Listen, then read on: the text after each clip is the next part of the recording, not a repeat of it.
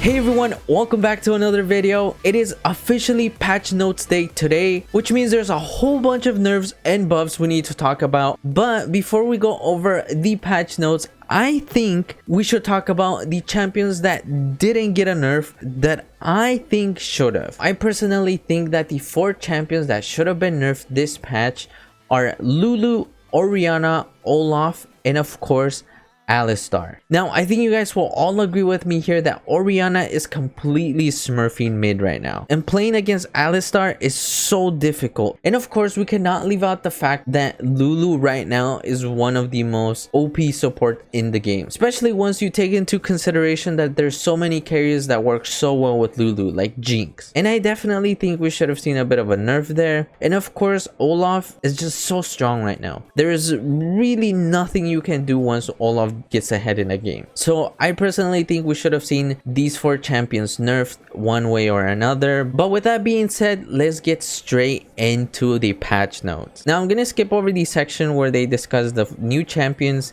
spectator mode, and of course the Lunar New Year event. Reason being because I did upload a video earlier going in depth about all these things. So if you guys are interested in getting more information about all of these things, I'll pin the video I uploaded earlier in the comment section, so definitely go check it out. Now let's get into what you guys came to this video for, and that is the nerfs and buffs. Now Corki is getting massive buffs. Corki will become one of the best late game carries in the game. Honestly, I would go as far as to say he might become the best late game carry. His damage output is gonna be insane. His A got a bonus AD increase of 0.2. His third ability got an increase of armor and magic resist reduction. And his ultimate got a base damage increase of 40 in the later level. His big one base damage got an increase of 80 in the later level. And his big one AD ratio got an increase of 0.8. Which means once Corki starts getting to the mid game, you're gonna start to feel the damage.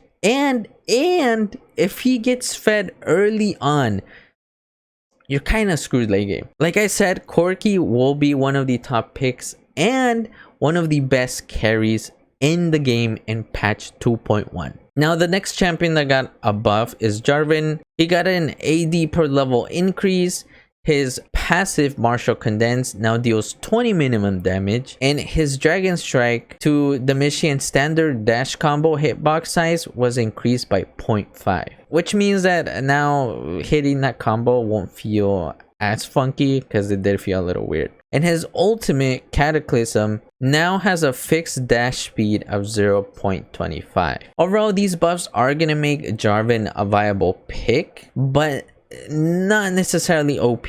He might feel OP in the lower levels where literally anything feels OP, to be fair. But really, he was just pretty much brought up to standard. He's gonna be a viable pick. He's not gonna work into everything, but if you don't have a jungler, if you need a jungler, you know, Jarvan could be a good pick. The next champion getting a bit of a buff is Jax. His Leap Strike is getting a range increase of 0.5. And of course, the damage on Leap Strike got an overall damage increase across the board. But here's the sad truth. Although these are very good buffs, they are really minor. And the problem is that Jax right now really struggles into pretty much most matchups in the Baron lane. He's still gonna struggle a lot in the early game. Gonna probably lose the matchup to most laners still, but he won't be poked out as easily. He'll be able to trade against those long range champions a bit easier, like against Kennen. Next we got Kaisa. It's just a bug fix, fixing an issue where Kaisa wasn't hitting as hard as she should. So now correctly applies caustic wounds damage to the target hit. Not necessarily a buff or a nerf. It's really,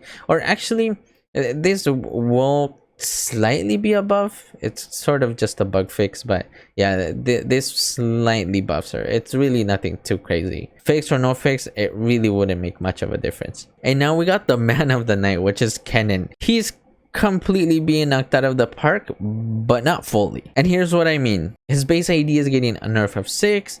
His movement speed is getting a nerf of 5. Movement speed nerfs are honestly pretty tragic in a lot of ways. You really feel these minor movement speed buffs or nerfs, so this movement speed nerf will be felt. His second ability, Electric Surge, the cooldown is being kept the same at the later stage, but it is getting a massive increase in the early game, so his early game presence will be a little bit less. His Lightning Rush, the base damage is getting a decrease across the board.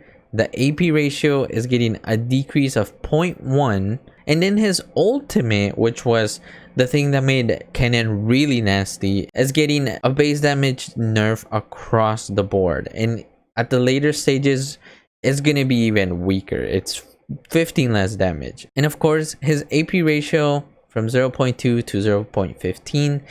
Basically, to sum it all up, Kennen is heavily getting nerfed. He's not gonna one-shot you anymore. He's not gonna go in and ult and one-shot the whole team. But despite all that, I think Kennen still has too much utility for him to be completely thrown out of the meta. I feel like he's still in a lot of ways gonna be very good. He's gonna be viable. His utility still gonna be there, but you're not gonna see him every game just because he can one-shot your whole team. Next, we got Lee Sin. He's getting a very light nerf. His knockback range is going from 7.5 to 6.75. And here's why. So it says, our last changes made it so Sonic Wave, his A ability, sometimes can't reach a target kicked back by Dragon's Rage, his ultimate. We're adjusting the range to make this combo reliable again. We expect this to be a light nerf, but Lee Sin is for the most part in an okay spot. So yeah, minor nerf. Next we got Tristana, who honestly, just like Corki, was pretty potato. But here are the changes they made. So these are very significant buffs. So her rapid fire is getting an attack speed increase of 20% on every level. The duration is going from 5 seconds to 7 seconds. And then her rocket jump is getting a base damage increase across the board as well. So at max level, you're seeing an increase of 25. And then her explosive charge, which is also part of her second ability, the passive damage, you're getting a 15 damage increase per level. Her active base damage, you're also getting a base damage increase across the board. Her bonus AD is also seeing a massive increase. So at the later stage, you're seeing a 50% increase in the bonus AD. Now, here is the thing. Tristana was pretty trash. Despite the fact that these are pretty significant buffs, I want to assume, since she was so bad, that she's not going to be OP. She's just going to be viable. That's what I want to say based off of this. Now, will we see Tristana a lot more? Yes, we'll see her picked a lot more because now she will be a lot more playable. She won't be literally just trash. Like, she was really useless, honestly. After testing, I might put her like A tier maybe, just because she's viable. Next, we have Twisted Fate. Now, I have played a lot of Twisted Fate, and what I personally felt was that he was in an okay spot, but he needed just very minor tweaking to really get him up there. In the high tiers, you're actually already seeing Twisted Fate being picked a lot because his utility is very great. Now, his B ability, Pick a Card, is getting a very good buff. So his blue card mana restoration is getting increased. His blue card AP ratio is getting increased by 0.3. His red card AP ratio is getting an increase as well. And his gold card stun duration is getting an increase. Very minor, but significant. Basically, to sum it all up, his damage, his utility, and his mana restoration are being buffed. These buffs, I think, are significant enough to really push him to that S tier. Now, here's the problem. Orianna is still the queen of mid lane, and I don't think this buff to his Pick a Card would really be enough to really contest Orianna, but he will be a really strong pick, and we're probably gonna start seeing Twisted Fate every game, honestly. Yasuo, this is the next one. Yasuo is already annoying as he is, but his ult, it's getting buffed. It says right here, Yasuo's ultimate sometimes feels more like a last sigh. Currently, it feels like it takes too long to complete the animation, so we're speeding it up and also increasing its damage in the late game. So this is gonna make him even more annoying. If anything, this is gonna make him one of these stronger picks. I mean, we're already seeing him being played so much in the high tiers. So this is really a pretty annoying buff. Really, he's just gonna slice you. The animation is gonna be over in a second, and he's gonna be basic attacking you to death now. Alright, so that is all the nerfs and buffs for champs. Now we got the items that are getting nerfs and buffs or getting tweaked. And the first one is Ghostblade.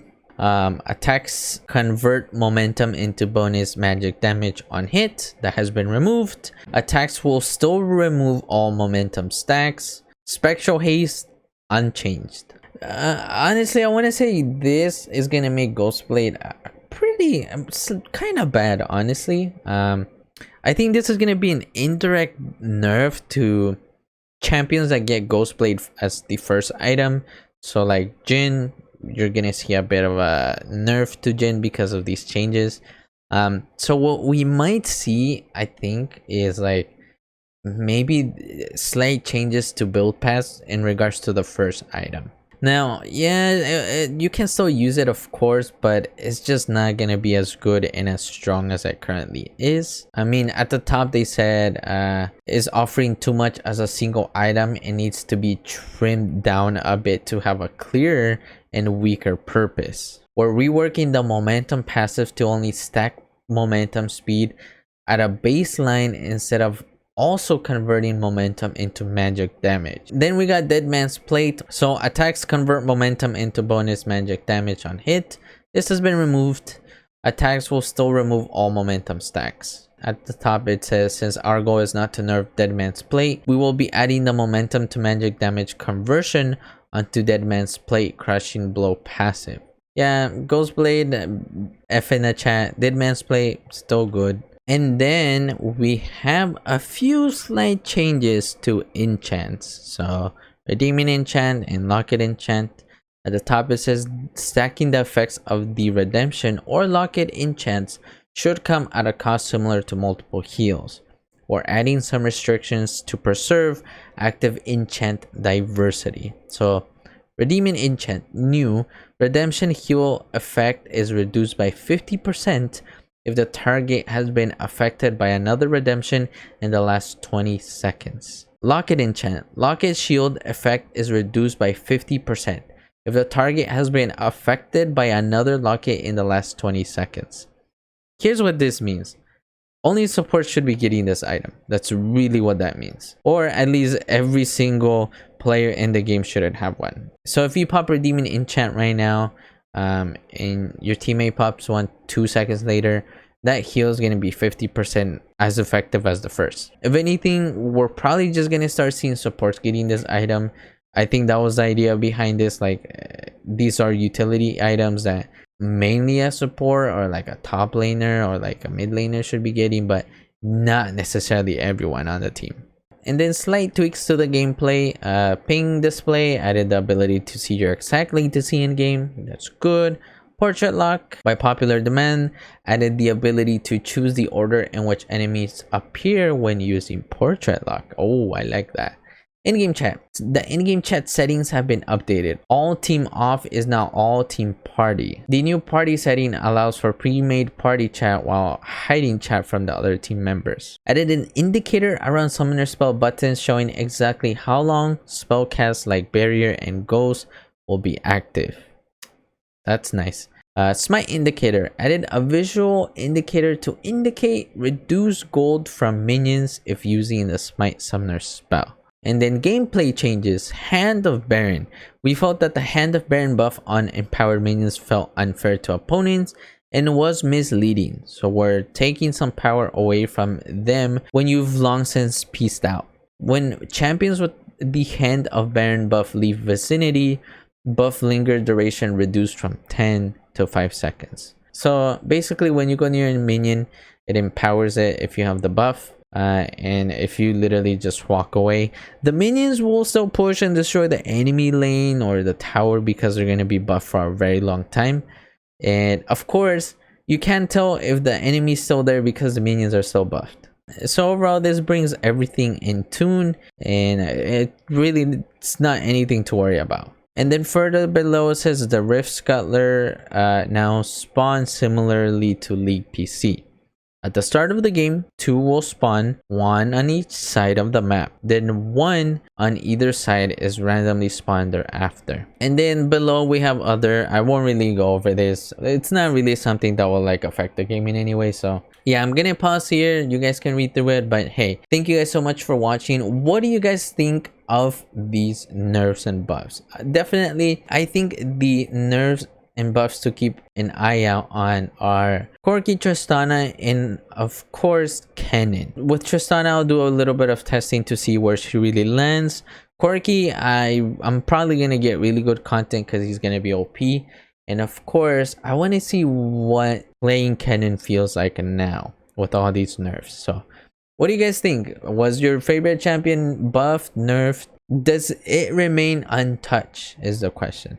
But with that being said, thank you guys so much for watching. Go check out my previous video if you guys haven't done so just yet. And I'll see you guys in the next video. Close your eyes, seek paradise, won't change.